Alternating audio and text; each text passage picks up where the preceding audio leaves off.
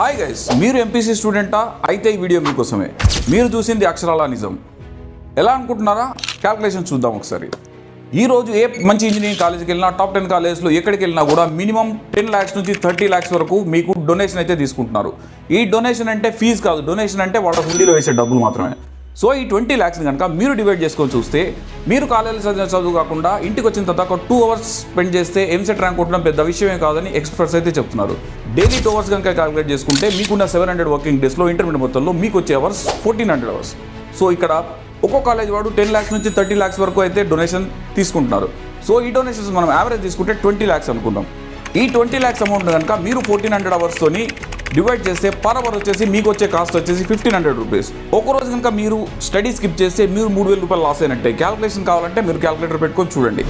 Me mother and father, మీ parents ఈ 20 lakhs కట్టడానికి చాలా ఇబ్బందులు పడి ఇంట్రెస్ట్కు తెచ్చి అక్కడిక్కడ తెచ్చి కడుతూ ఉంటారు. సో ఈ 20 lakhs మీరు కనుక సేవ్ చేస్తే మీకు ఎన్ని అమౌంట్ వస్తుంది, ఒక 15 years తర్వాత మీ దగ్గర ఎంత అమౌంట్ ఉంటుంది ఒకసారి క్యాల్కులేట్ చేద్దాం. సో రఫ్గా 20 lakhs రూపీస్ని 1 rupee ఇంట్రెస్ట్ ప్రకారం క్యాల్కులేట్ చేస్తే పర్ యానం వచ్చేసి మీకు 2,40,000 వస్తుంది. 2,40,000 into 4 years అంటే మీ బీటెక్ అయిపోయే వరకు 4 years అవుతుంది. 4 yearsకి 9,60,000 రూపీస్ వస్తుంది. ఆల్ టుగెదర్ 29,60,000 రూపీస్ అయితే మీ దగ్గర ఉంటాయి.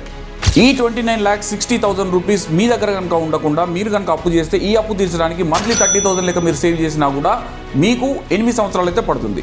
అదే ఇప్పుడు మీరు ఇంటర్మీడియట్లో కనుక రోజు 2 గంటలు ప్రాపర్గా చదివి ఎంసెట్ ర్యాంక్ కనుక ప్రాపర్ తెచ్చుకొని ఫ్రీ సీట్ కనుక తెచ్చుకుంటే మీరు సేవ్ చేసే అమౌంట్ ఎంత గెస్ చేయగలుగుతారా? అక్షరాల 60 నుంచి 70 లక్షల రూపాయలు. ఇది మీరు చేసే శాలరీకి అదనం. అంటే మీరు 1 రూపాయి కూడా సేవ్ చేయకుండా మీ దగ్గర ఒక 60 to 70 lakhs రూపీస్ అయితే కన్ఫామ్గా ఉంటాయి. నేను క్యాలిక్యులేట్ చేసింది ఓన్లీ 1% ఇంట్రెస్ట్. మీ తల్లిదండ్రులు ఇంకెక్కువ ఇంట్రెస్ట్ తేవచ్చు, 2% ఇంట్రెస్ట్ తేవచ్చు. పిల్లలు చదవాలని చెప్పేసి చాలా కష్టపడవచ్చు. ఈ రోజు మీరు చదివే 2 గంటల చదువు వచ్చేసి మీ పేరెంట్స్ కూడా చాలా ఉపయోగపడవచ్చు. వాళ్ళ ఫైనాన్షియల్ స్ట్రగుల్స్ మీరు చూస్తూనే ఉంటారు. ఇదెందుకు చెప్తున్నానంటే, ఈ మధ్య కాలంలో నా ఫ్రెండ్సే కాలేజీలోకి వెళ్తే 20 lakhs 30 lakhs డొనేషన్స్ కట్టి మరీ సీట్లు తీసుకుంటున్నారు. అయినా కూడా వాళ్ళకు గ్యారంటీ లేదు జాబ్ వస్తుందా లేదా. ఈ రోజుల్లో పరిస్థితి తెలియదు. 100 మంది రాస్తే 10 మంది కూడా జాబ్ రావట్లా. ఈ 700 రోజుల మీ ఇంటర్మీడియట్ సమయాన్ని ఖచ్చితంగా పర్ఫెక్ట్గా చదవండి, పర్ఫెక్ట్గా ప్లాన్ చేసుకోండి.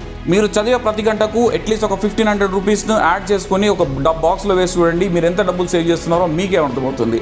ఇది పర్సనల్ నా క్యాలిక్యులేషన్ మాత్రమే. ఇది ఎవరికైనా నచ్చితే ఫాలో కావచ్చు, నచ్చకుంటే ఫాలో కాకపోవచ్చు. This is my purely opinion. ఎందుకంటే చాలామంది ఇబ్బంది పడుతున్నారు కాబట్టి ఆ ఇబ్బంది పడే వాళ్ళకు కొంత ఒక ఇన్స్పిరేషన్గా ఉంటుందన్న విషయం మాత్రమే చెప్తున్నాను. మీరు మళ్ళీ కిందికి వచ్చి కామెంట్ చేయొచ్చు, నువ్వేం చదివావు, నువ్వేం చేసావు. మాకు అప్పుడు ఎవరు చెప్పేవాళ్ళు లేరు కాబట్టి ఇలా తయారా. మీరు కూడా మాలాగా తయారు కావద్దు. ఖచ్చితంగా పిల్లలు బాగా చదువుకోండి, మీ పేరెంట్స్ డబ్బులు సేవ్ చేయండి. మీరు కూడా ఫ్యూచర్లో ఏ ఇబ్బంది లేకుండా హ్యాపీగా మీరు లోన్ తీసుకోకుండా ఈ 60 లక్షలు 70 లక్షలు ఉంటే ఒక చిన్న ఫ్లాట్ అయితే కొనుక్కోవచ్చు. Okay, thank you so much.